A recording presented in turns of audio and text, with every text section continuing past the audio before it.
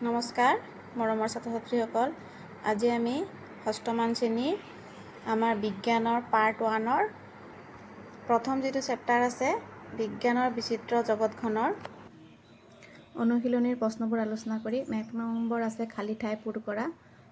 বিজ্ঞান হ'ল দেশ আৰু দেশৰ জৰিয়তে লাভ কৰা জ্ঞান। ইয়াত খালী ঠাইত পৰ্যবেক্ষণ পৰীক্ষা হ'ব। বি নম্বৰ পৰ্যবেক্ষণ দেশ আৰু পৰীক্ষা এই পৰ্যায়কেইটাৰ সমষ্টি হ'ব বিজ্ঞানসন্মত পদ্ধতি। ইয়াত হ'ব আনুমানিক সিদ্ধান্ত।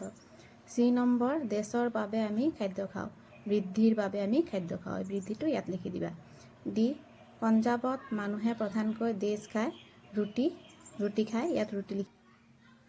2 নম্বৰ শুদ্ধ উত্তৰটো শুদ্ধ চিন দিয়া। আমি সদায় স্বাস্থ্য ভালে ৰখা খাদ্যহে খাব লাগে, এইটো শুদ্ধ হ'ব। বি নম্বৰ পানীৰ অবিহনে আমি জীয়াই থাকিব পাৰোঁ, ভুল। পানীৰ অবিহনে আমি জীয়াই থাকিব নোৱাৰোঁ, পানী আমাৰ প্ৰাণ। বৰষুণ হিচাপে পানী আকাশৰ পৰা মাটিত পৰে, শুদ্ধ। ওলমাই ৰখা চুম্বক এডাল সদায় পূবা পশ্চিমে হৈ থাকে, এইটো ভুল হ'ব, কাৰণ আমি জানো যে চুম্বক এডাল সদায় উত্তৰা দক্ষিণে হৈ থাকে। ই হিমালয়ৰ ওপৰ অংশ আৰু মেৰু অঞ্চল বৰফেৰে ঢাক খাই থাকে, শুদ্ধ।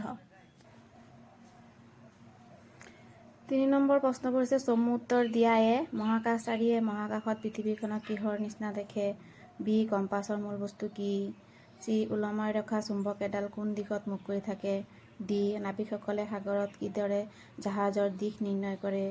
ই বিজ্ঞানসন্মত পদ্ধতিৰ পৰ্যায়কেইটা কি কি?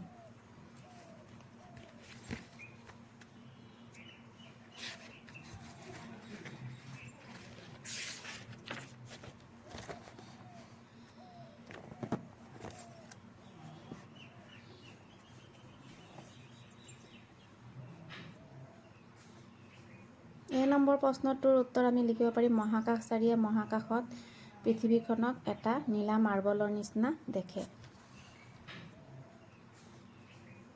নম্বৰ প্ৰশ্নটোৰ উত্তৰ আমি লিখিব পাৰিম মহাকাশচাৰীয়ে মহাকাশত পৃথিৱীখনক এটা নীলা মাৰ্বলৰ নিচিনা দেখে। নম্বৰ আছিলে কম্পাছৰ মূল বস্তু কি? কম্পাছত থকা চুম্বকডালেই কম্পাছৰ মূল বস্তু। চি নম্বৰ ওলমাই ৰখা চুম্বক এডাল কোন দিশত মুখ কৰি থাকে? উত্তৰ মুক্তভাৱে ওলমাই ৰখা চুম্বক এডালৰ এটা মূৰ উত্তৰ আৰু আনটো মূৰ দক্ষিণ পোনাই থাকে। নাবিকসকলে সাগৰত কিদৰে জাহাজৰ দিশ নিৰ্ণয় কৰে? উত্তৰ নাবিকসকলে সাগৰত চুম্বকযুক্ত কম্পাছৰ সহায়ত জাহাজৰ দিশ নিৰ্ণয় কৰে। 4 নম্বৰ দিছে শুদ্ধ উত্তৰৰ গোলকটো সম্পূৰ্ণকৈ পূৰ কৰা। 1 নম্বৰ উইলবাৰ ৰাইট আৰু অৰভিল ৰাইটে তলৰ কোনবিধ আৱিষ্কাৰ কৰিছিল? উৰাজাহাজ, ছাবমেৰিন, ৰেলগাড়ী, মটৰগাড়ী। নম্বৰটো হ'ব উৰাজাহাজ। তোমালোকে এটো ফিল আপ কৰি দিবা। 2 নম্বৰ তলৰ কোনটো কামত কম্পাছ যন্ত্ৰ ব্যৱহাৰ কৰা হয়? দিশ নিৰ্ণয়ৰ কামত, গধুৰ বস্তু দাঙোতে, বস্তুৰ ওজন জুখিবৰ বাবে, বতাহৰ গতি জুখিবৰ বাবে। গতিকে এটো শুদ্ধ হ'ব। কম্পাছটো আচলতে দিশ নিৰ্ণয় কৰাত ব্যৱহাৰ কৰে। ইয়াত যিটো অপেল আছে সেইটো তোমালোকে ডাৰ্ক কৰি দিবা।